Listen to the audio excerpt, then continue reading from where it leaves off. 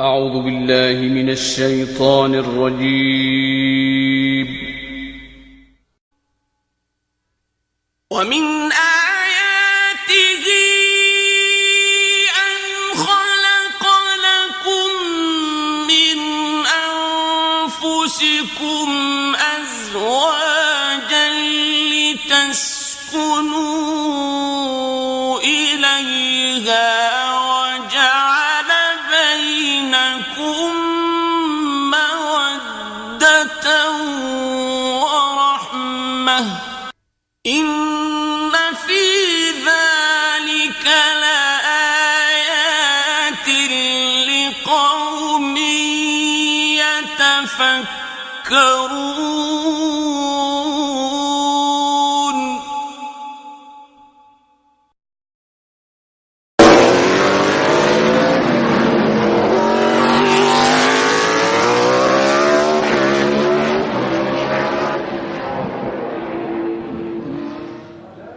بسم الله الرحمن الرحيم. وأنكحوا الأيام منكم والصالحين من عبادكم وإمائكم إن يكونوا فقراء يغنيهم الله من فضله والله واسع عليم. وليستعفف الذين لا يجدون نكاحا حتى يغنيهم الله من فضله والذين يبتغون الكتاب مما ملكت أيمانكم فكاتبوهم إن علمتم فيهم خيرا وآتوهم من مال الله الذي آتاكم ولا تكرهوا فتياتكم على البغاء إن أردنا تحصنا لتبتغوا عرض الحياة الدنيا ومن يكرهن فإن الله من بعد إكراههن غفور رحيم. ولقد أنزلنا إليكم آيات مبينات ومثلا من الذين خلوا من قبلكم وموعظة للمتقين. الله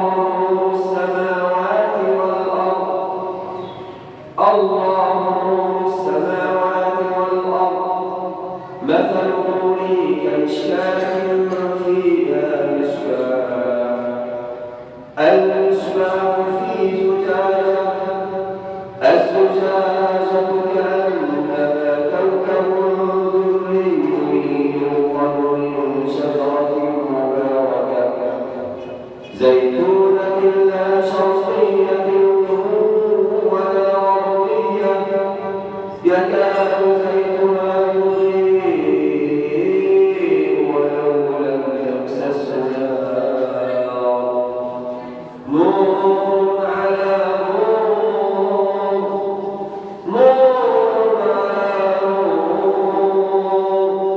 يهدي الله لنوره من يشاء ويضرب الله الأمثال للناس والله بكل شيء عليم.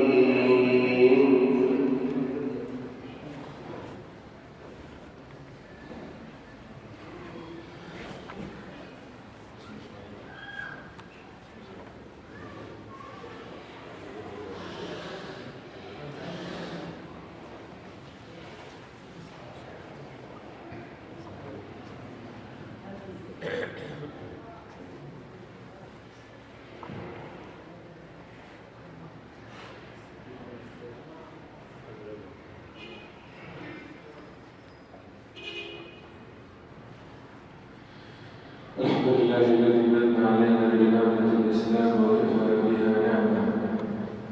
الحمد لله الذي هدانا لهذا وما كنا لنهتدي لولا أن هدانا الله. الحمد لله الذي بنعمته يتم الصالحات.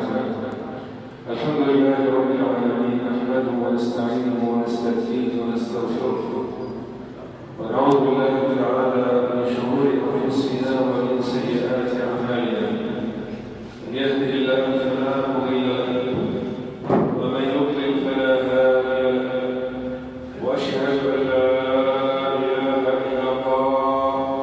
وحده لا شريك له ولا ولي له ولا ند له فتعالى جد ربنا ما اتخذ صاحبة ولا ولدا واشهد ان محمدا عبده ورسوله صلى الله عليه وسلم يا ايها الذين امنوا اتقوا الله حق تقاته ولا تموتن الا وانتم مسلمون يا ايها الناس اتقوا ربكم الذي خلقكم من نفس واحده وخلق منها زوجها وبث منهما رجالا كثيرا ونساء واتقوا الله الذي تساءلون به والارحام ان الله كان عليكم رقيبا يا ايها الذين امنوا اتقوا الله وقولوا قولا سديدا يصلح لكم اعمالكم ويغفر لكم ذنوبكم ومن يطع الله ورسوله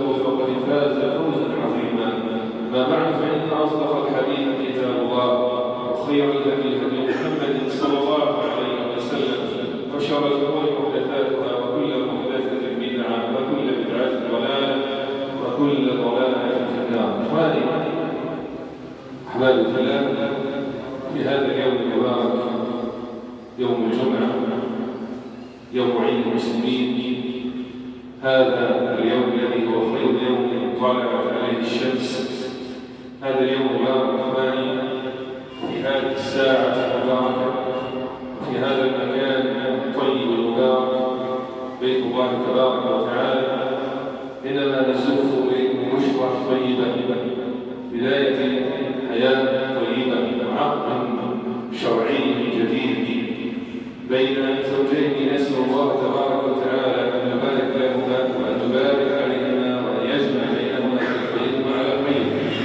فعقد بين الوالد انما على العروسين، العريس انما هو اسمه احمد رجب، والعروس انما هي كريمه الابي الفاضل المفضل اخ ابراهيم زقزوق وشهرته سامي زقزوق. ثاني في هذه الكلمه عن اسم الشهرات، فهو الاسم الحقيقي هو زقزوق، واسم الشهره مشهور به وتبع شويه، واسم الشهره سامي زقزوق. اسال الله سبحانه وتعالى ان يبارك الجميع ببارك الاهلين وبارك الله العظيم. حقيقه نسعد جميعا إذا كنا في بيت من بيوت الله تبارك وتعالى نرى الشباب يقبلون على بيوت الله عز وجل، يكونون حفلاتهم ويبدأون حياتهم وبناء أسرتهم من بيت الله تبارك وتعالى.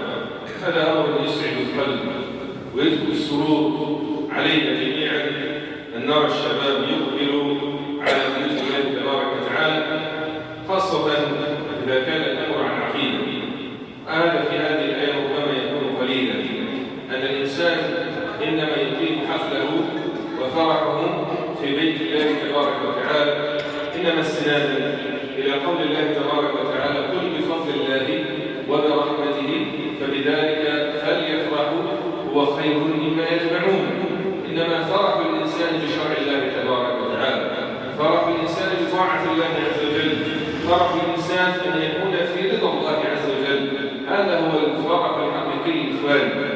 إذا دخل الإنسان بيت الله عز وجل وهو على هذه العقيدة، على هذا اليقين أنه لن تتحقق له السعادة، كذلك أنا وأنت في كل شؤون حياتنا وفي كل أمور حياتنا لن تتحقق لنا السعادة إلا إذا أرضينا ربنا سبحانه وتعالى، إلا إذا كنا على شريعة ربنا سبحانه وتعالى. هذا هو الطريق الذي يحقق الإنسان فيه السعادة. والسعادة ليست قاصرة والله على الدنيا فقط، بل سعادة متعدية إلى الآخرة في جنة عرضها السماوات والأرض. فهذا الإنسان يا أخوان إنما يجمع بين سعادتين، سعادة الدنيا وسعادة الآخرة. لذلك رب سبحانه وتعالى يقول: من عمل صالحا من ذكر أو أنثى وهو مؤمن فلنحيينه حياة طيبة. الله عز وجل يصف الحياة بأنها إن الله عز وجل هو الذي يصف هذه الحياة. فوالله إن الإنسان إذا آمن وأتبع هذا الإيمان بالعمل الصالح بأن تمسك بكتاب الله وبسنة رسوله صلى الله عليه وسلم، فإن الله عز وجل سيرضيه في دنياه وسيحقق له السعادة في هذه الحياة الدنيا. نعم، من عمل صالحا من ذكر أو أنثى وهو مؤمن فلنحيينه حياة طيبة، هذا في الدنيا، ثم في الآخرة ولنجزينهم أجرهم بأحسن ما كانوا يعملون. بأحسن ما كانوا يعملون. انظر إلى عبادة وفقك الله إليها في هذه الحياة الدنيا. ربما أفضل صلاة قربت بها إلى الله عز وجل صلاة في الحرم المكي، صلاة في الحرم المدني، صلاة خشعت فيها لله عز وجل، فالله عز وجل أفضل صلاة إنما يجازيك على أفضل الأعمال التي قدمتها لله رب العالمين. أحسن ما كان يعمل. هذا فضل من الله تبارك وتعالى لمن سار على دربه، لمن سار على طريقته، لمن تمسك بكتابه، لمن تمسك بسنة نبيه محمد صلى الله عليه وسلم. لذلك ربي الله سبحانه وتعالى يقول يا أيها الذين آمنوا استجيبوا لله وللرسول إذا دعاكم لما يحييكم. استجيبوا لله وللرسول إذا دعاكم لما يحييكم. وكأن الحياة الطيبة لا تكون إلا بالاستجابة لله ولرسوله صلى الله عليه وسلم. فكلما كنت أنت في الدنيا مستجيبا لأمر الله، مستجيبا لأوامر رسوله صلى الله عليه وسلم، كنت أقرب إلى الحياة الطيبة التي ذكرناها في الآية التي تلوناها من قبل. كنت أقرب إلى الحياة الحقيقية وليست الحياة الزائفة، حياة الشهوات، حياة الملذات، حياة الفجور، حياة الفسوق، حياة المال. لا، ليست هذه الحياة التي ترضي الإنسان والتي يستشعر معها الإنسان بسعادة حقيقية يقذفها رب البرية في قلبي وفي قلبك. سلام. السعادة الحقيقية التي يقذفها ربي في قلبي وفي قلبك، لأن القلوب إنما هي بيد من؟ بيد الله رب العالمين، بين أصبعين من أصابع الرحمن يقلبها كيف يشاء. فإذا أردت أنا سعادة وإذا أردت أنت سعادة فسعادتي وسعادتك إنما في قلبي وفي قلبك. وبالتالي أرضي ربي فيسعد قلبي ويسعد قلبك. هكذا يا إخوان، يا أيها الذين آمنوا استجيبوا لله وللرسول إذا دعاكم لما يحييكم. اسمع كده، يقول النبي صلى الله عليه وسلم مثل الذي يذكر ربه والذي لا يذكر ربه كمثل الحي والميت. يعني الإنسان يحيا بحياة خاصة، يعني في أرواح، في روح وفي جسد. الجسد يحيا بالطعام والشراب، فهذا سيفنى عند دخولك القبر. هذا سيفنى عند دخولك القبر. أما الروح فغذاؤها باق مع بقاء الروح عند رب البرية. الروح غذاؤها القرآن، غذاء السنة، غذاء ذكر الله تبارك وتعالى. الذين آمنوا وتطمئن قلوبهم بذكر الله، ألا بذكر الله تطمئن القلوب. فالقلب إنما يحيا بطاعة الله ويحيا بذكر الله، والحياة مستمرة في الدنيا وفي الآخرة.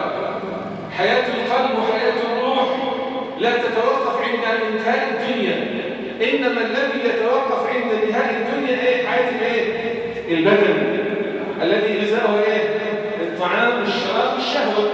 فإن الذي يسعد في الدنيا بالشهوات إنما سعادته محدودة عند القبور.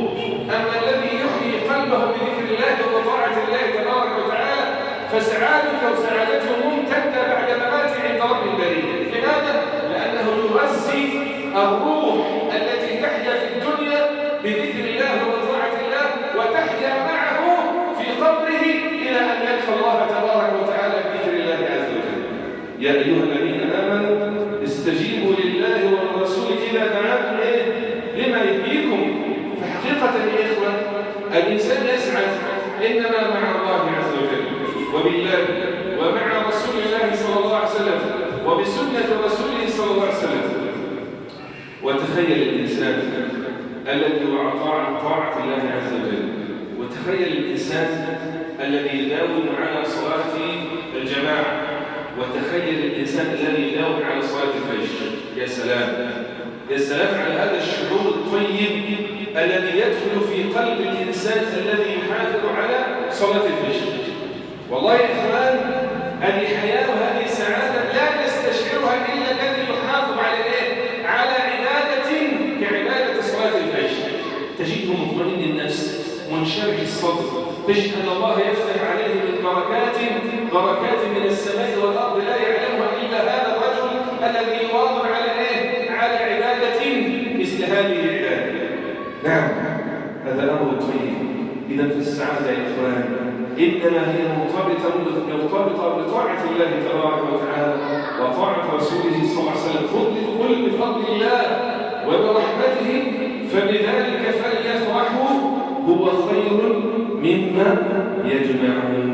قل بفضل الله وبرحمته فبذلك فليفرحوا. فإذا أردت أنا وأردت أنت الفرح الحقيقي فابحث على فضل الله، على شريعة الله، على سنة رسوله صلى الله عليه وسلم في كل أمر من أمور حياتك، في كل شأن من شؤون حياتك.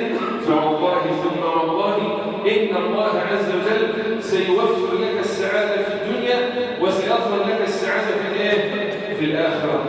السعادة زي ما قلت مرتبطة بمدى استجابته لأمر الله وأمر رسوله صلى الله عليه وسلم.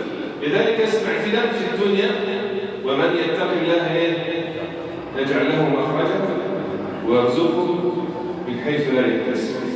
يبقى التقوى اللي هي طاعة الله وطاعة رسوله صلى الله عليه وسلم. فإذا أنا أطعت الله وأطعت الرسول صلى الله عليه وسلم فأنا على تقوى من الله عز وجل. وتقوى الله عز وجل سبيل أن يفرج الله عني الكربات وأن يرزقني من حيث لا يحتسب وأن ييسر لي أمري، بل تجد البركة في كل شؤون حياتي. اسمع كده ولو أن أهل القرى آمنوا واتقوا لفتحنا عليهم بركات من السماء والأرض. ولو أن أهل القرى آمنوا واتقوا لفتحنا عليهم بركات من السماء والأرض. إنسان هذا عام الأمة، وربما يحدث هذا لأفراد الأمة إذا كان تقيا لله عز وجل، إذا كان تقيا لله عز وجل، إذا كان مؤمنا بالله تبارك وتعالى مطيعا لله مطيعا للرسول صلى الله عليه وسلم فإنك تجد في حياته بركة لا يستشعرها إلا هذا الرجل الذي يعيش بتقوى الله عز وجل. هكذا ولو أن أهل القرى آمنوا واتقوا لفتحنا عليهم بركات من السماء والأرض. إذا فحلول فمشاكلنا جميعها إخواني إنما هي مرتبطة بمدى تقوانا لله عز وجل. حل الأزمات الاقتصادية وحل المشاكل الاجتماعية الارتباط الأساسي إنما تكون في ماذا؟ في أن يكون الناس عندهم تقوى لله عز وجل. يعني إيه أكثر؟ يعني كل إنسان في محل عمله يتقي الله تبارك وتعالى. أي إنسان في محل عمله يتقي الله تبارك وتعالى. من وراء ذلك تأتي البركة. إنسان مدرس في المدرسة عليه منهج هيدرسه للتلاميذ، مفترض أنه مرتبط بمنهج يصل لهذا المنهج بأفضل طريقة إلى التلاميذ، يبذل قصارى جهده في إيصال المنهج للتلاميذ وتعليمهم، يتقي في ذلك وجه الله تبارك وتعالى، لا يبتغي بذلك منصب ولا بل إنما الأول أنه يتقي الله تبارك وتعالى في عمله.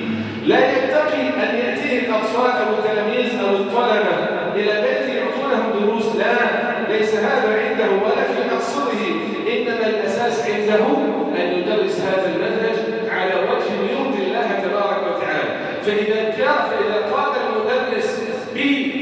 الواجب الذي عليه، فإن التلميذ سيصل المنهج، سيتعلم تعليما طيبا، خاصة إذا ارتبط بالمنهج العلمي بالمنهج التربوي، منهج التهذيب، الأخلاق إلى غير ذلك الأمور، فيتربى جيل عن طريق تقوى ويدرس لله تبارك وتعالى. في المستشفيات الطبيب الذي في المستشفى إذا اتقى الله تبارك وتعالى وحاول أن يبذل قصارى جهده في علاج المرضى الذي يأتي إليه كما يفعل ذلك في المستشفى الخاص، فإنه كثير من الناس بفضل الله تبارك وتعالى ثم بفضل تقوى هذا الإنسان سيشفى بإذن الله تبارك وتعالى، ولا يحتاج إلى أن يذهب إلى العيادة الخاصة، لكنه لا يبذل قصارى جهده في العمل الحكومي ويبذل قصارى جهده في العمل الذي سيعود على جيبه إذن، ولا يتقي الله تبارك وتعالى إنما يتقي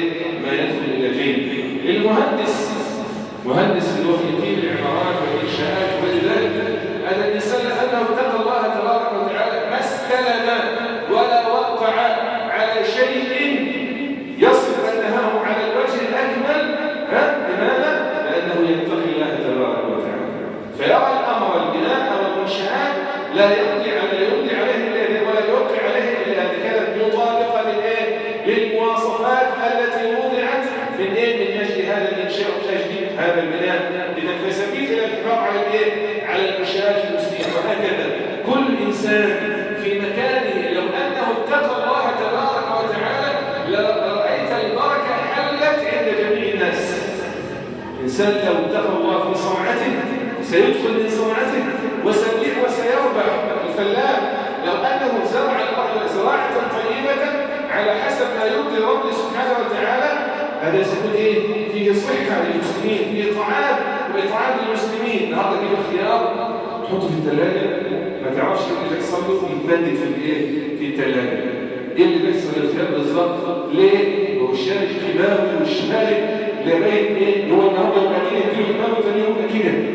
هذا لا يتقي الله تبارك وتعالى انما يتقي المال، وعاوز اكثر قدر من المال يدخل جيبه. هكذا يا اخواني فيفسد من حيث يريد ان يدخل المال على نفسه، فلو انه اتقى الله تبارك وتعالى ما فعل ذلك. وهكذا في كل شؤون حياتنا لو كل انسان اتقى الله تبارك وتعالى ما وصلنا الى ما وصلنا اليه تبارك وتعالى، ما وصلنا اليه من المشاكل الاقتصاديه والازمات الاقتصاديه والازمات الاجتماعيه. هكذا اخواني فالحل انما هو في رضا الله تبارك وتعالى، في تقوى الله عز وجل.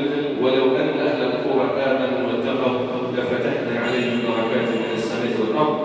قدم شيخي والاستاذ فضيله الشيخ محمد الطويل فليتقدم موفقا لله تبارك وتعالى، ثم الاستاذ يحيى رجب. اقول قولي هذا استغفر الله لي ولكم. السلام عليكم ورحمه الله وبركاته.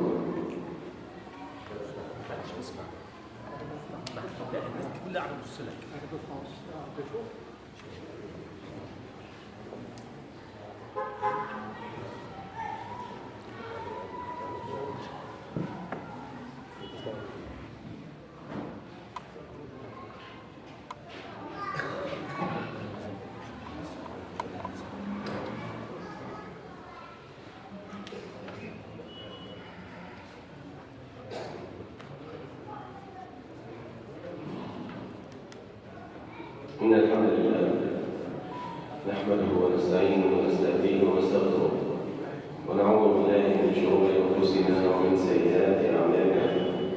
من يهده الله فلا مضل له ومن يضلل فلا هادي له، وأشهد أن لا إله إلا الله وحده لا شريك له، وأشهد أن محمدا عبده ورسوله. وأؤذن زوجين ليل فأقول بارك الله لكما وبارك عليكما وجمع بينكما في خير وعلى خير.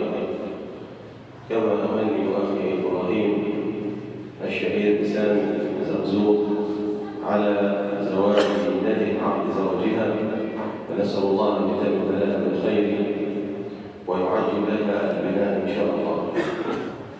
ثم أقول أيها الإخوة الكرام، يقول الله تعالى: ولا تتمنوا ما فضل الله به بعضكم على بعض، للرجال نصيب مما اكتسبوا وللنساء نصيب مما اكتسبن، الله من فضله والله بكل شيء عليم. ولا تتمنوا ما فضل الله به بعضكم على بعض. قيل في سبب النزول أن النساء بعضهن ذهبن إلى النبي صلى الله عليه وسلم، منهم أم سلمة زوج النبي صلى الله عليه وسلم، فسألوا النبي صلى الله عليه وسلم عن جهاد الرجال وكيف أن النساء حرمن من الجهاد في سبيل الله. المرأة في ذاك الزمان تتمنى أن تجاهد في سبيل الله وأن تحضر الجمعة والجماعات مثل ما يحضر الرجال. وسألته أيضا لماذا فضل الله الرجال بأن المرأة لها النصف من الرجل في الميراث؟ فنزل قول الله تبارك وتعالى: ولا تتمنوا ما فضل الله به بعضكم على بعض. إذن فتفضيل بعض العباد على بعض هذا فضل من الله على من يشاء، فضل من الله على من يشاء. فعلى العبد أن يرضى بما قسمه الله له، سواء من النساء أو من الرجال، حتى أن المرأة أتت النبي صلى الله عليه وسلم تقول له: يا رسول الله، إنكم تشهدون الجمعة والجماعات وتذهبون إلى الجهاد في سبيل الله وتفعلون ونحن نكون في بيوتكم نطوي لكم الطعام ونربي لكم الأولاد، فما جزاء إحدانا؟ قال لها النبي صلى الله عليه وسلم: إن حسن تبعل المرأة يعقل ذلك كله. مرحبا شريف. إن حسن تبعل المرأة زوجها يعقل ذلك كله. فالمرأة التي تحسن إلى زوجها وتقوم على شؤونه من غسل ثيابه وطهر طعامه ومقابلته وإعطائه حقه، هذا كله له أجر عند الله كبير.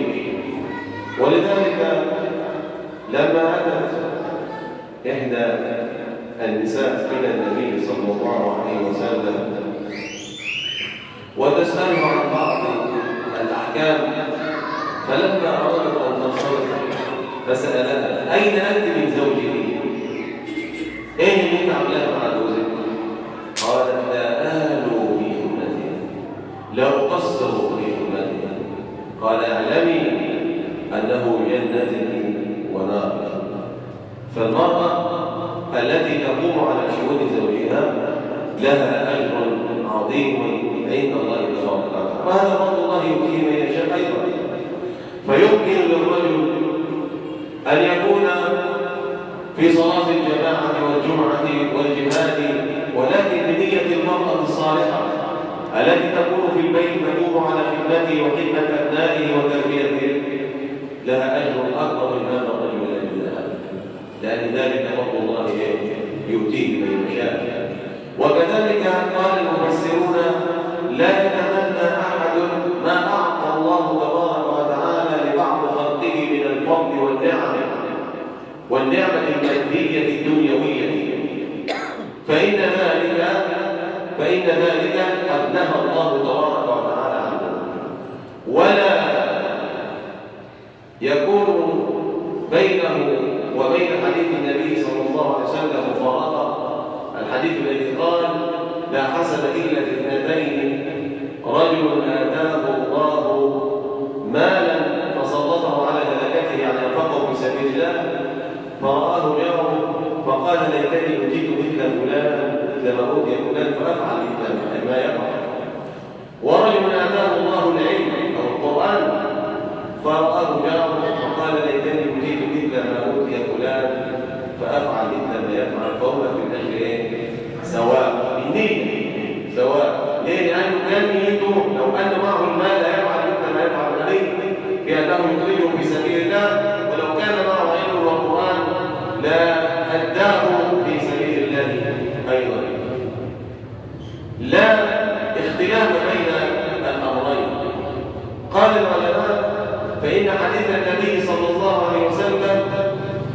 تمني في تمني هذا الرجل أن يكون مثله، أن يكون إيه؟ مثله. أما الآخر يتمنى أصل النعمة.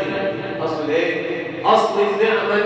يعني واحد عنده مال، والله نفسي يبقى معايا زي فلان، ما فيش في نيته إيه؟ يتصدق ولا نيته، هو نيته إيه؟ هو يعني كأنه هو يعتم على الله سبحانه وتعالى. أنا بالعقل الرشيد، وأنا المتعلم بالجامعات، وأنا المهندس الفلاني، وأنا الطبيب العلاني، وفلان هذا جاهل لا يقرأ ولا يكتب، وعنده من الأموال ما عنده، وعنده من العمارات ما عنده، ومن السيارات ما عنده، فكأنه يتمنى ما فضل الله به بعضكم على بعض. ولذلك في حديث قرأت في تفسير ابن كثير يقول النبي صلى الله عليه وسلم فيه: إن من عباد من لا يصلح إلا الغنى ولو أفقرته لأفسده ذلك، وإن من عباد من لا يصلحه إلا الفقر ولو أغنيته لأفسده ذلك، وإن من عباد من لا يصلحه إلا الصحة ولو أسقمته لأفسده ذلك، وإن من عباد من لا يصلحه إلا السقم ولو أسقمته لأفسده ذلك. فهذا حكم الله سبحانه وتعالى العادل الذي يقسم الأرزاق. رجل عنده عقل وعنده فهم، والآخر ليس عنده ما عنده من الفهم والعقل، ولكن الله سبحانه وتعالى أعطاه لعاب من لعاب الدنيا أتحصله عليه حتى وإن كان سفيها، حتى وإن كان لا يحسن التصرف. فأنت رجل تراه قوي ومتين، ويعني في الصحة ما له من الصحة، والله سبحانه وتعالى لم يرزقه الولد. ورجل آخر تراه ضعيفا هزيلا ومعه الأولاد، أو تراه يعني له عقل ناقص اللي بيسموه إيه؟ يعني معدوم شوية، يقول لك شوف يا أخي عنده اثنين من العيال، وأنا يعني عندي الفلوس وعندي كذا وعندي كذا وعندي كذا والصحة كذا، ما عنديش حتة عين. يبقى نفسه يقول لو يروح مالي ده كله يعين. إذا ده تسيب ربنا سبحانه وتعالى ما تعترضش عليه، ولا تتمنوا ما فضل الله به بعضكم على بعض. للرجال نصيب مما اكتسبوا وللنساء نصيب مما اكتسبوا، ولكن فتح الله سبحانه وتعالى بالرحمة. واسألوا الله من فضله. لا تتمنى ما عند فلان، ولا تتمني أيته المرأة ما عند فلان أو فلانة، ولكن اسألوا الله من فضله. اللي عاوز مال يسأل ربنا، واللي عايز الولد يسأل ربنا، واللي عاوز الجاه يسأل ربنا، واللي عاوز ده يسأل ربنا، واللي عاوز الشفاء يسأل ربنا. فأنت الله سبحانه وتعالى ذو الفضل العظيم على عباده، منان سبحانه وتعالى وحنان كريم سبحانه وتعالى، يعطي عطاء من لا يخشى الفضل سبحانه وتعالى، لأنه خزائنه لا تفنى سبحانه وتعالى. فنحن لا نتمنى ما عند الناس، إنما ندعو الله سبحانه وتعالى أن يبارك له. ولذلك أنت عندما تمر على بيت جميل أو معرض جميل أو شركة أو سيارة فارهة، لابد من إخلاصك أن تدعو لهذا: اللهم بارك له، اللهم لا تصرفه عن دينه، اللهم لا تجعلها تشغله عن دينه. والدعاء ده ربنا سبحانه وتعالى يبعث لك ملكا يقول لك بذكر، لعلك لما تدعو لهذا بالبركة في ماله أن يرزقك الله سبحانه وتعالى المال، أن يرزقك الله سبحانه وتعالى الولد، أن يرزقك الله الصحة. فلا تحسد إنسانا أبدا على ما أعطاه الله سبحانه وتعالى من مال أو صحة أو جاه أو أولاد أو غير ذلك. وكذلك المرأة لا تحسد الرجال على أن الله سبحانه وتعالى فضل الرجال على النساء، لأن لا تقديم من الله سبحانه وتعالى. والله حكيم عليم، والله حكيم عليم، هو الذي جعل الرجل في هذه المنزلة. الرجال قوامون على النساء بما فضل الله بعضهم على بعض وبما أنفقوا من أموالهم، ولكن لم يضيع حق النساء. فقال فالصالحات قانتات حافظات للغيب بما حفظ الله. إذا هؤلاء لهم أجرهن عند الله سبحانه وتعالى، ولن يضيع الله سبحانه وتعالى أجر العامل أبدا. ولكن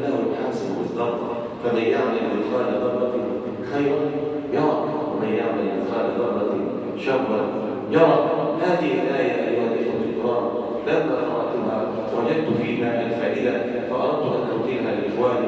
أسأل الله أن ينفعني وينفع إخواني بها وجزاكم الله خيرا وأكتفي بذلك. جزا الله خيرا فضيلة شيخنا الوالد المحترم الحاج محمد عبد الوهاب الطويل على هذه الكلمات الطيبات المباركات التي أثنى الله بها عليه، نسأل الله أن ينفعنا بها. وبعد فما زلنا نحدث أن هذه الليلة السعيدة وهذه الحفلة المضيئة هي حفلة عقد زواج أخ وابن لنا مبارك، وهو الأستاذ أحمد رجب، على كريمة المحترم الفاضل أخو الرجولة والالتزام والقرآن فضيلة الأخ المبارك الحاج سامي زرزوق. وقد علمتم أن اسمه الحقيقي إبراهيم زرزوق، ولكن لم نعتد عليه، فهو عندنا سامي سمو السحاب طاهر في أعناق السماء، يتغنى بالقرآن، الرجولة والكرم، الشباب المحترم الحاج سامي زرزوق حفظه الله. واليوم ليس عرس أخينا الحاج سامي فقط، بل عرس البلدة بأسرها، لأنهم من الرجال الذين اتفقت عليهم بلدتنا في المحبة والإخاء. أسأل الله في عجائه أن يسعد فاطمته الزهراء قرة عين أخينا المبارك أبو عبد الله سامي زرزوق. والمناسبة عبد الله هو الحتة الصغيرة اللي قاعدة جنب العمود دي، لابس بدلة وعامل ناصح وقاعد فرحان. فقلنا العريس اسمه ايه؟ أحمد رجب، أحمد سمي رسول الله صلى الله عليه وسلم، حيث ورد هذا الاسم في كتاب الله عز وجل: وبشرت رسول يأتي من بعد اسمه أحمد. فأحمد من أسماء رسول الله صلى الله عليه وسلم، أحمد رجب. واسم رجب يلعب دورا خطيرا في حياة سامي زرزوق. عم رجب واسماعيل صدرهم الراحل المبارك وعمنا كلنا الحاج رجب واسماعيل، الحاج هشام رجب عديل ابو العروسه، الاستاذ احمد رجب زوج البنت الابنه المباركه، المعلم بتاعه واستاذه الحاج يحيى رجب علمه اغنيه كتير.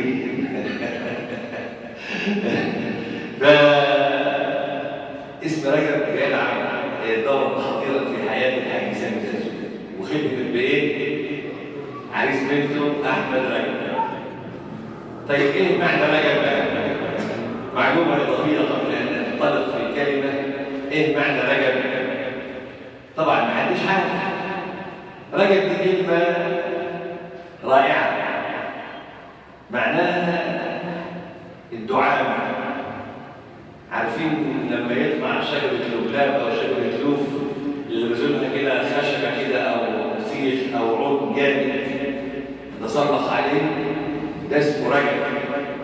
عارفين لما يبقى فيه كيس بلح تقيله وجامده وهتكسر الفرع يربطوها بحبل جامد كده في النخله، الحبل ده اسمه ايه؟ رجب. يبقى كلمه رجب يعني الدعامه، يعني العود الصلب، يعني العمود الفقاري. كلمه رجب كلمه جميله. وسمي بها الشهر العربي، وهو احد الاشهر الحرم شهر رجب. وايضا يطلق كلمه رجب على الشاة التي تقرب قربانا من الاصنام. للاسف عشان لو امين في المعنى، كلمه رجب ايضا هي القربان الذي يقرب، هدايا يقرب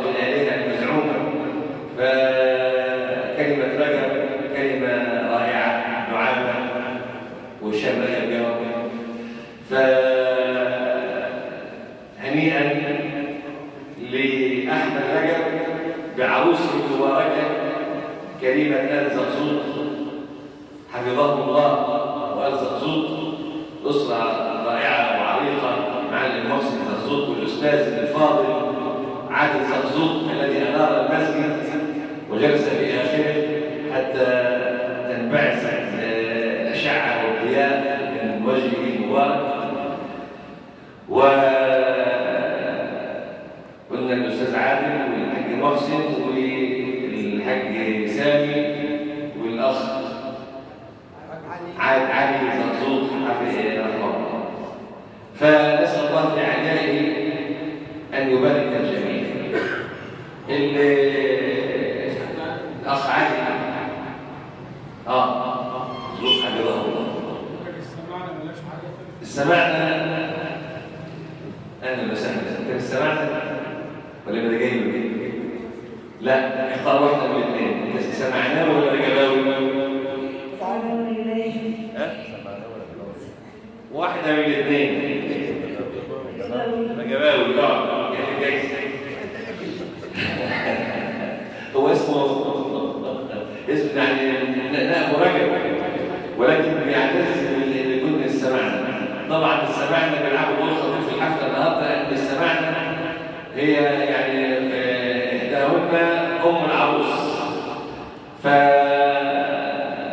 ذكرنا السماعنة مش هنخلص. بقى الحاج أحمد والحاج يوسف والحاج أسامة وهنفضل طول الليل نتكلم.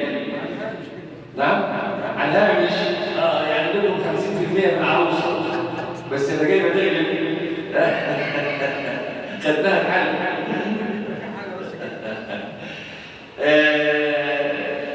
واشكروا له بلدته طيبة ورب غفور.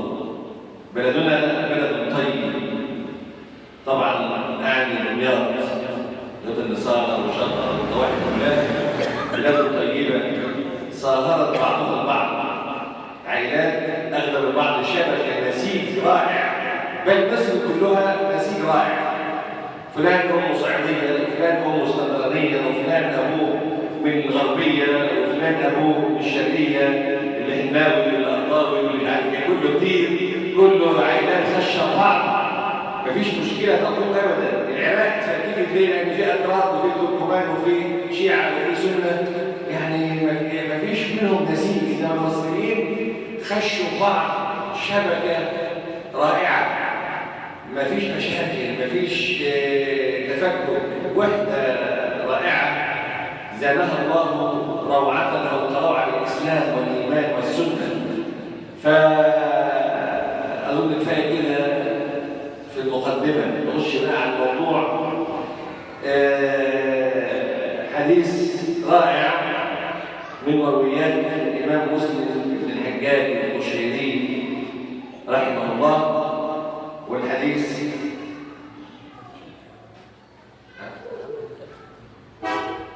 والحديث عن عبد الله بن عمر بن الخطاب رضي الله تعالى عنه. الحديث عن عبد الله بن عمرو بن العاص رضي الله تعالى عنهما قال: زوجني أبي.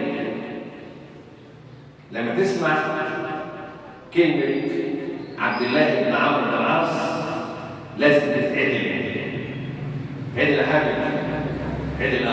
عبد الله بن عمرو بن العاص ده صحابي جليل، ابن صحابي جليل، وله صحيفة اسمها الصادقة مليئة بأحاديث رسول الله صلى الله عليه وسلم.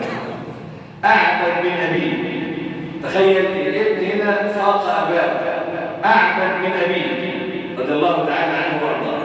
وكان أبوه يفتخر به، وكان أبوه يطلب منه أن يستغفر له. عبد الله بن عمرو بن العاص العابد الصائم القائم قارئ القرآن، الصحابي الجليل عبد الله بن عمرو بن العاص يقول: زوجني أبي، زوجني أبي. السؤال هنا: مين اللي جوزه؟ أبوه. دي نقطة الآباء بتجهلها بالذات في دمياط. يقول لك البيت يبقى يتجوز، لما يعرف القرش بيجي منين يبقى يتجوز. يا عم الحاج ابنك كبر، حاسب كبر والدولاب هينفجر بفلوس، فجوز الولد. يقول لك لا لسه ما عرفش القرش بيجي منين، لما يعرف القرش بيجي منين يبقى يتجوزه. يا سلام. طب افرض قاعد لحد 40 سنه ولسه ما عرفش القرش بيجي منين، ما تجوزوش؟ لا، الجواب خطأ. الأفضل ناس هم بيتكلموا زوجني أبي امرأة نسيبة من قريش. يعني عمرو بن العاص تاجر وصاحب رأس مال عظيم، زوج ابنه.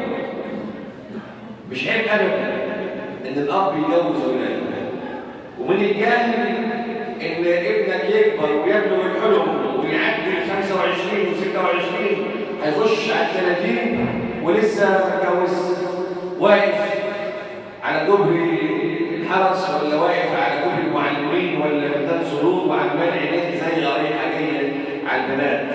ايه يا عم واقف من ليه؟ او بتفرج على ايه؟ بتفرج على ايه؟ على حاجه مش عنده. لكن لو كان ابوه جوزه ما كانش واقف على كوبري المعلمين، كان واقف على ايه؟ كوبري راس النيل.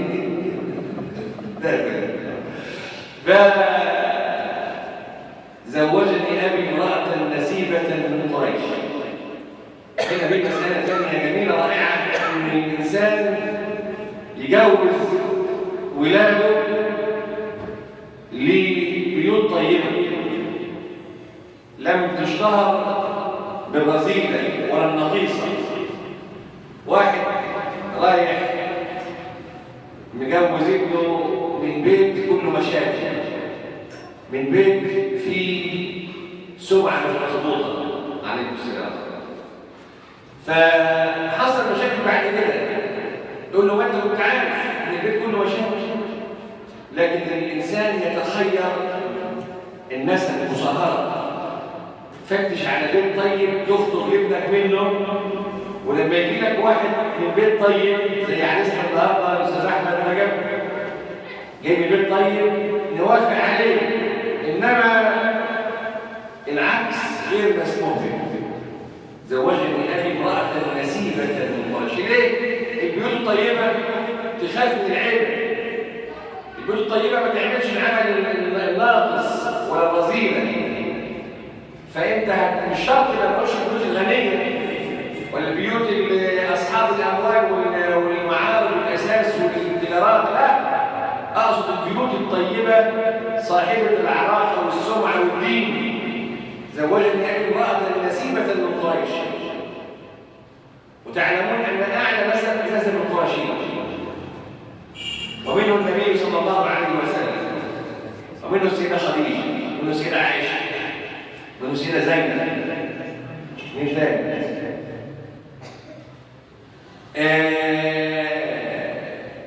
قريش هي أعلى قبائل الدنيا، ولذلك قال منها النبي صلى الله عليه وسلم، قال الله عز وجل لنبينا صلى الله عليه وسلم منه: زوجني أبي امرأة نسيبة من قريش.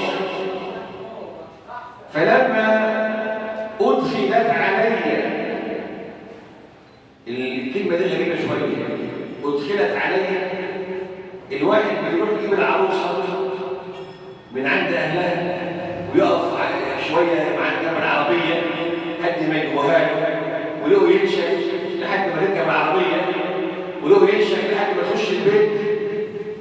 الكلام ده هنا مش موجود. فلما أدخلت عليها يعني راحوا جابوها ودخلوها عليه البيت، يعني هنا.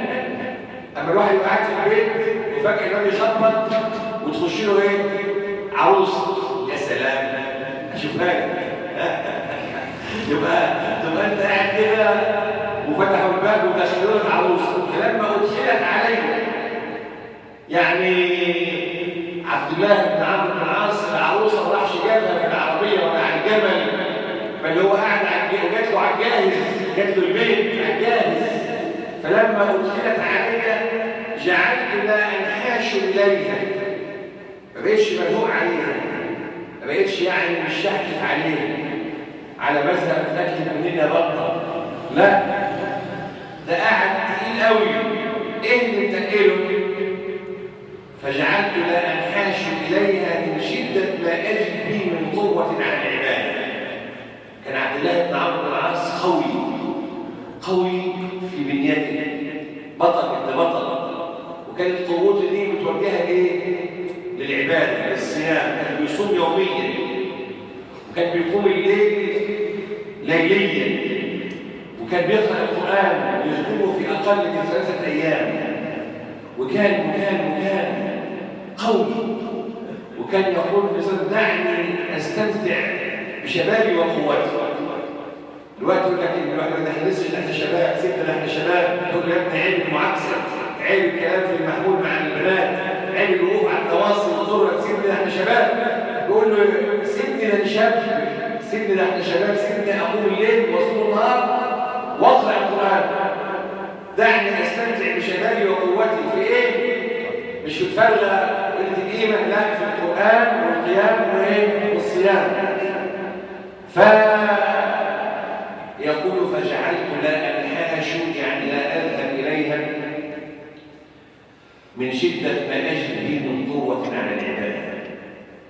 يبقى كان الشباب بيشغلهم العباده. لما تلاقي ابنك مشغول بالعباده تفرح وتتبسط. وبعدين يقول فجاءني ابوه راح يزوره بعدها بكام يوم، فدخل على كنته يعني ايه؟ مرات ابن اسمها ايه؟ الكنه. فدخل على كنته وقال لها كيف وجدت بعلك؟ البعل اللي هو ايه؟ الزوج. البعل اللي هو ايه؟ الزوج. فقال كيف وجدت بعلك؟ فقالت نعم الرجال هو، ده احسن راجل. شفتوا المرأة اللي من البيت طيب، المرأة الصالحة اللي هي من البيت طيب، تقول ايه؟ نعم الرجال هو، او قالت نعم المعولة هو، احسن زوج. غير انه لم يعرف لنا فراشا ولم يفتش لنا كنفا، الا ان هو ما عرفش طريق اوضه النوم، وما يعرفش حاجه اسمها سرير. طبعا اللي ما يعرفش اوضه النوم والسرير هينسى اللي فوق السرير اللي هي الزوجه. غير انه لم يعرف لنا فراشا ولم يفتش لنا كنفا. اهلا وسهلا يا مرحبا.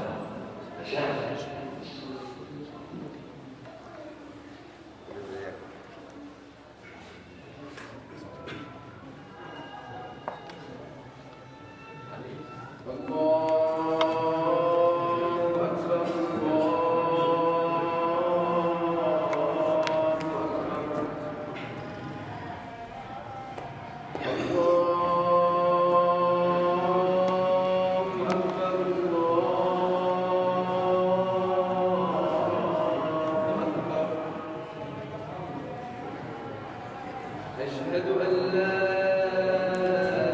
إله إلا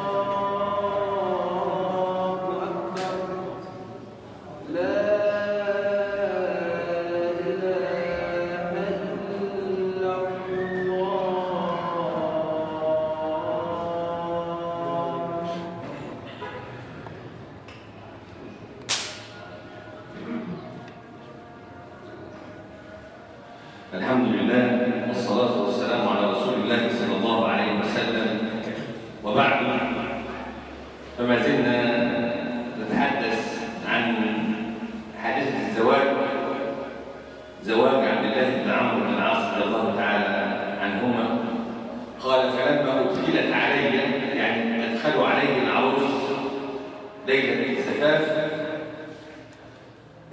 جعلت لا أنحاش إليها من شدة ما أجد بي على العبادة، يعني من قوة. فجاء أبي ودخل على كنتي اللي هي مرات ابن اسمها كنة، فقال لها يا كنة كيف وجدت بعدك؟ كيف وجدت بعدك؟ ده سؤال جميل قوي، ما عادش حد بيسأله، بيتحرجوا منه. يعني كان في عهد النبي صلى الله عليه وسلم لما الله يتجوز وبعدها بيوم ولا اتنين ولا له كيف وجدت اهلك؟ يقول على خير، يقول ايه؟ على خير حال، الحمد لله. زي كلمه ايه؟ عامل ايه؟ عندنا علم زي عامل ايه؟ كيف وجدت اهلك؟ تقول على خير حال، الحمد لله. فقال كيف وجدت بعدك؟ ابني عامل ايه معاك؟ فقالت نعم الرجال ده من احسن الرجال، وان هذا من ثمرات التربيه الطيبه للبنات، والجواب ده نابع عن ادب. ثم شكت له حال زوجها باطيب اسلوب، قالت غير انه لم يعرف لنا فراشا ولم يفتش لنا كنفا، يعني ما عرفش اوضه النوم منين، ولا عرف السرير بيطلعوا ازاي، ولا عرف كمان يفتش الكنف اللي هو جانب الثوب، يعني الكم ده كنف، الحته دي كنف، الفتحه دي كنف، الجيب ده كنف، الكنف نواحي الثوب. فهو ما فتش الثوب بتاعنا، ما فتش ايه؟ الثوب، لم يعرف لنا فراشا ولم يفتش لنا كنفا. يبقى المرأة بتحب اللي يعرف سكة ايه؟ الفراش، وبتحب اللي يفتش يفتش. يعني مثلا ايه؟ فتش يفتش. ما عنديش 10 جنيه يا مراتي فتش في جيوبي، اضرب كده في الجيب ده، اضرب كده في الجيب ده، فتش على الفلوسات بتحط فين، يعني فتش على الفلوس، لان انت اصلا هتتفتش. كل ما تقلع جلابيه او بنطلون بيتفتش، هيتغسل عده الغسيل. انا هغسل البنطلون تلاقي 5 جنيه 10 جنيه، طبعا دي الله يرحمها. فبرضه انت واجب عليك تعمل ايه؟ تفتش. فتش على ايه شوك؟ فتش على ايه؟ بتفتش انت؟ فالحاصل ان ده اسلوب رائع جميل، دلالته ان هو لم يهتم بانوثتها ولم يعبأ بجمالها ولم يتهيأ لفراشها. شكوى جميله. طيب الاب عمل ايه؟ الاب هنا عمل ايه؟ دايما الاب يدافع عن ابنه او يدافع عن بنته.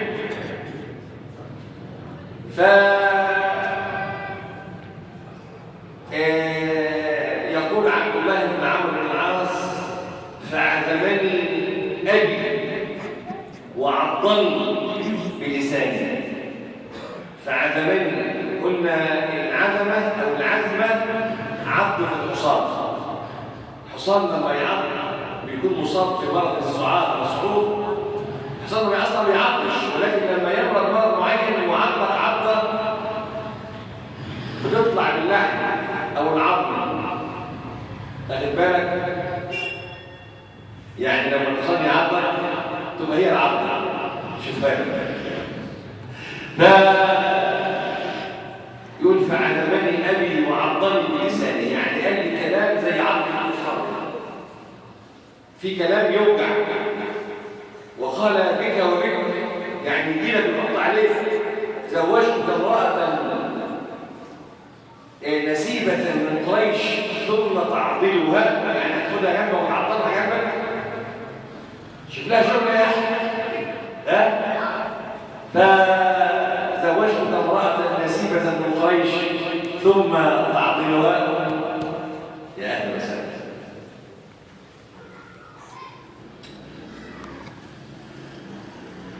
طبعا انت غايب عن نتكلم عن اللي جايبه وعن الشغل وقعدنا معايا سمعنا والسياسه وعملنا عمل جنب حد سجل حاجه. طبعا ده اخي وابني احمد رجب. فالعريس اللي هو حسود النور ده طبعا النور زاد في المسجد زياده غير طبيعيه لدينه واخلاقه ورجولته. نسال الله عز وجل في اعدائه ان يبارك له وان يبارك عليه وان يجمع بينه وبين زينه عرائس دمياط كريمه الحاج سيد زقزوق في خير وعلى خير. يقول فعزمني ابي وعضني بلسانه وقال بك وبك زوجتك امراه نسيبه من قريش ثم تعطلها وشكاني الى رسول الله صلى الله عليه وسلم. الاب زعل مع ابنه واشتكى ابنه عشان ايه؟ علشان مرات ابنه. دي نقطه مهمه جدا، نقطه مهمه جدا جدا جدا. ايه هي؟ ان الواحد يكون حنان. لو شاف ابنه الغلطان يغلطه ويخصص ويشتكي معاه، وان حصلت يشتكي. بنلاقي المشاكل بتحصل في العائلات بسبب كل واحد منحاز لابنه. فده غلط. عبد الله بن عمرو عزمني ابي يعني عضني الكلام بلسانه وقال بك وبك واشتمه وزوجك امراه من عيله ومن ناس العيله فيها كده اهو تجيبها بنت واقفه وتحطها في البيت منظر بس. وشكاني الى رسول الله صلى الله عليه وسلم. ودي من اجمل واهم اسباب صلاح المجتمع. اللي جاب عروسه لبنته وسكن في بيت العيله يحافظ عليها ويكرمها. يوم لما بنته تتجوز وتروح لعيله ثانيه يكرموها. سلف ودين، جزاء من جنس العمل. تكرم بنات الناس، بنات الناس يحبوا بناتك. تزعل بنات الناس وتظلمهم، الناس يزعلوا بناتك ويظلموهم. في ناس لما تجيلها مرات ابني يشغلوها جاريه وخدامه وعاوزين بنتهم لما تتجوز تتحط على الراس من فوق. ده نقول لهم ويل للمطففين، ده تطفيف لكم الويل. ده بيكيل بمكيالين، ده غلطان. ولكن اللي يكرم عيال الناس ربنا يكرم عياله، واللي يهين عيال الناس ربنا يهين عياله. وهي ما هي سايبه، ده في رب حكم عدل فوق الجميع.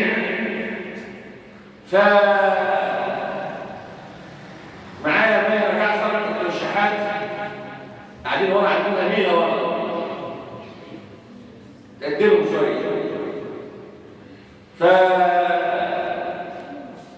دي قواعد بناخدها من السنه النبويه المطهره ونعمل بيها علشان ننجح في الحياه.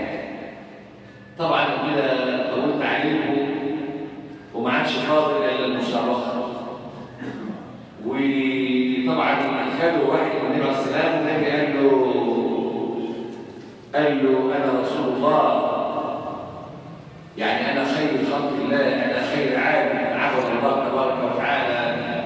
اصوم وافطر واقوم وارقد واتزوج النساء، فمن رغب عن سنتي فليس مني. وده اللي يصوم ازاي ويقرا القران ازاي وده اللي يعبد ازاي واعرفوا الحياه الصحيحه. طبعا اليوم كده ما عادش الشباب دول موجودين اللي هم بيصوموا الليل بالنهار ويقوموا الليل كله. الوقت ده فيه مشاكل ثانيه، ان هو طول النهار والليل شغال. السوق فتح شويه والعمليه مش هتفضل شغال بالصاروخ من الصبح للساعه 2 بالليل، ويروح يشحط في رجليه ويقول فين السرير، يخش من شرطه وقرفه ويعد الدنيا ويبهدل السجاد وحكايته حكايه. غلط. يعني الشواغل سواء كانت عبادة أو غير عبادة لازم تنظم حياتك. مثال كده ونخش على إيه؟ على الأسئلة. نخش على إيه؟ على الأسئلة. تعالوا نقول لكم الجوائز ديت أنت أبو إسماعيل صح؟ سلم عليك. الجوائز دي كتب وفلوس. طب الكتب ايه؟ فين الفلوس؟ احمد ابو اسماعيل، يوسف ابو اسماعيل، هشام رجب هيشيلوا الليله النهارده. ما هو مش هيجيب ايه؟ افهم من كده.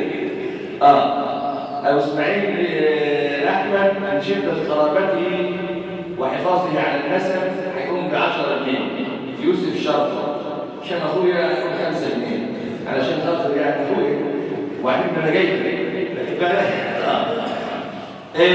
مع كل كتاب مبلغ من المال 10 5 وربنا يفكها ان شاء الله. انت مشيت ليه؟ تعالى خد اقول لك في جايزه 10 جنيه. تعالى نتفق الغالي. عندنا سوره اسمها سوره البقره صح؟ وسوره الفيل صح؟ في سوره اسمها سوره الجبل. يا آية لا في ولا مفيش؟ لا قول لي آية لا. قول لي يا لا. طيب بسورة الجبل ربنا ممكن يحفظها. يلا أحمد موجود؟ يبقى أحمد عارف سورة الجبل. أقولها إيه؟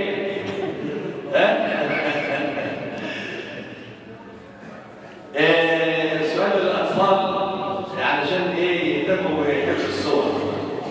طيب امرأة أحرمت بالحج ثم حاضت فمتى تطوف طواف الوداع إذا استمر حيضها؟ فمتى تطوف طواف الإفاضة وطواف القدوم وسعي الحج؟ إذا تأخر طهرها عن يوم عرفة. تفضل. مع طواف الوداع وتحمل نفسها يعني بعد انتهاء من المناسك تماما وقفت بعرفة رمت الجمار حلت إحرامها ثم طهرت بعد المناسك كلها تخش كده تطوف إيه؟ طواف الحج وتسعى سعي الحج. تمام يا عم. افرض ما حضرتش وفضلت زي الفل لحد قبل الوداع ب5 دقايق جالها الحيض وكل الرحله طافوا طواف الوداع والعربيه هتطلع تعمل ايه؟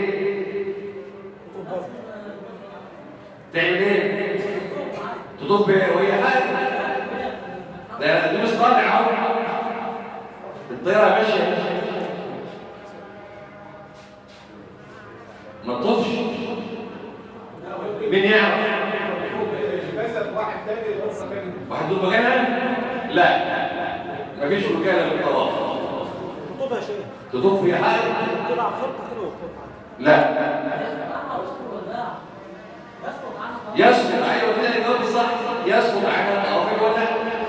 مش عاوز اكيد ولا الفيزياء دي. لك كتاب و5 جنيه حق هشام. ليه مش 10؟ لان انت اتاخرت في الاجابه شويه. ده العمل العربي يعني. واحد متعود يصلي جماعه على طول الفرد ورجع عيا في البيت وصلى على السرير وهو قاعد. صلاته دي تحسب عند الله جماعه ولا صلاه فرديه؟ عم حسن جماعه. لكن لك كتاب و10 جنيه عن الحاج يوسف اسماعيل. لو ما جابهاش كلي ولا جيبها من عينيه كده عم حسن. يا ريت على طول يعني لو كده شعرك كاميرا التعليق مره واحده. طيب كاميرا التعليق مره واحده. تدفع له انت يا حسبك. هو يطلع. تدفع له يا حسبك. انا مش ثلاثه قلتهم حاج احمد وحاج يوسف وحاج هشام. ما هو يا حسبك. الفلوس بس بعد خد يا ولد. ال 10 جنيه تلاقي عم بحسن. اي طبعا. لا هشام مطلع كله احسن مني. ادفع انت ولا لا؟ طيب ماشي. لما في سؤال: رجل سمع بالحرب دائرة بين المسلمين وبين الكفار في العراق بقى، في سوريا، في أي حتة، فلسطين. متى يأخذ أجر المجاهد؟ متى يأخذ أجر المجاهد وهو في بلده؟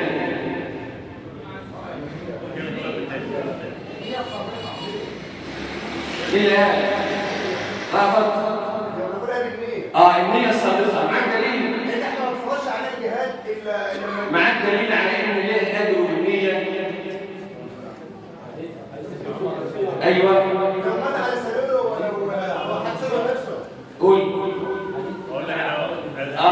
اتفضل. إن في المدينة ده أقوام. أيوه، إن في المدينة أقوام ما قطعنا ودين إلا وشاركونا الأجر. إجابة صحيحة. خذ 5 جنيه مش عظيم. خذ هات. السؤال بعد كده: هل كلمة رجل جت في القرآن؟ رجل جت في القرآن؟ لا أنا عاوز أقول أو لا. جت في السنة؟ في السنة. قول. ما جاتش؟ لا جت. مين يجيبها؟ اتفضل. أو رجل مضر. جميل نقول الجايزة اهي ومعانا الشيء ده. خلاص؟ طيب الست شجاع دول يقابلك واحد الست هياخدها منك. ايوه. السؤال رقم 4: بعض الشباب والأطفال بيحلقوا شعرهم جنب هنا خالص، أقرع ويسيب حته الفوقانية دي كده مشوشة كده. ما حكم هذه الحلاقة؟ تفضل. القزع. جميل. لك جايزة كتاب ولك 10 جنيه عند الحاج أحمد أبو إسماعيل اللي قاعد في الحاج هشام أبو 10. لا يا لازم ما حكم الوضوء من ماء البحر؟ حد يدفع عليه. اتفضل يا استاذنا. صحيح؟ طيب معاك دليل؟ ماء جاري طاهر. كويس. مين اللي قال الدليل؟ حضرتك خدت جايزه قبل كده؟ طيب انت هتاخد الكتاب وهو ياخد الايه؟ ال10 جنيه. خلاص هو قال ايه؟ جاري وطاهر. يعني اي حد جاري وطاهر يبقى ينفع تفضل منه؟ ينفع؟ لو واحد اسمه طاهر وبيجري ينفع؟ طيب السؤال السادس.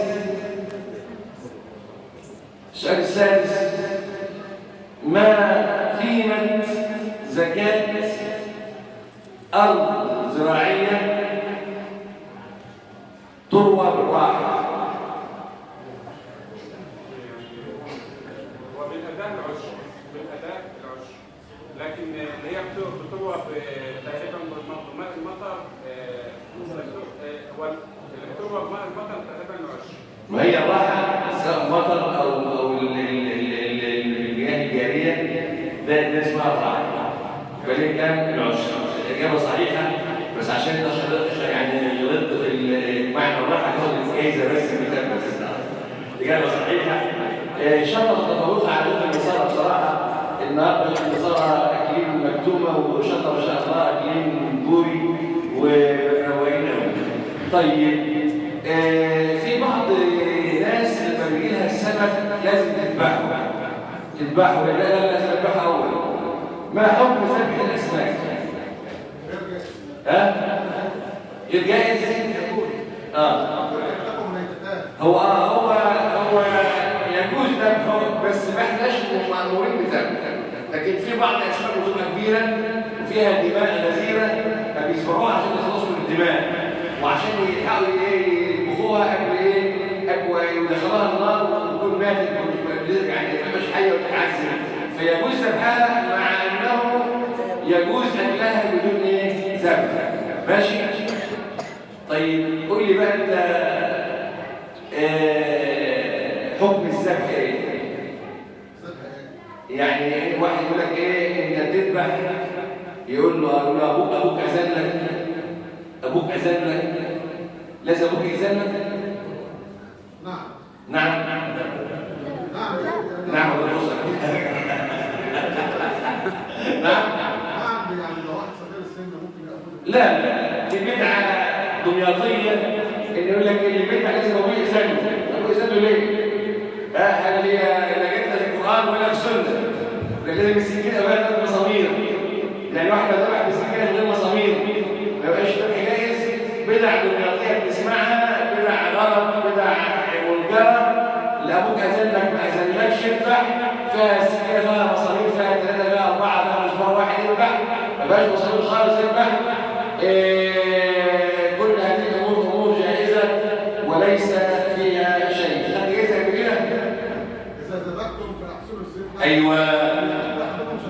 ايوه بيحب السكين جميل قوي. ده لازم يكون فيها مسمار؟ لا خدت جايزه ولا ما خدتش؟ وليك 10 يوم عندك كام؟ طيب السؤال القبل اخير معايا يا شيخ حسن. السؤال ده ما حكم اشهار السلاح في المسجد؟ منهى عنه. طيب والبيع والشراء؟ امال انت تقعد تبيع المسجد عطور وتبيع حاجه المسجد ليه؟ ما حصلش؟ اجابه صحيحه. ليك 10 يعني الحاج يوسف يجي يفتحك على حكومه النشارين وبعدين جايزه هي. طيب اخر سؤال، مين يقدر يقول لي ان عريسنا الليله اسمه احمد رجب والعروسه اسمها كريمه الحاج سامي زرزوق؟ ابراهيم زرزوق.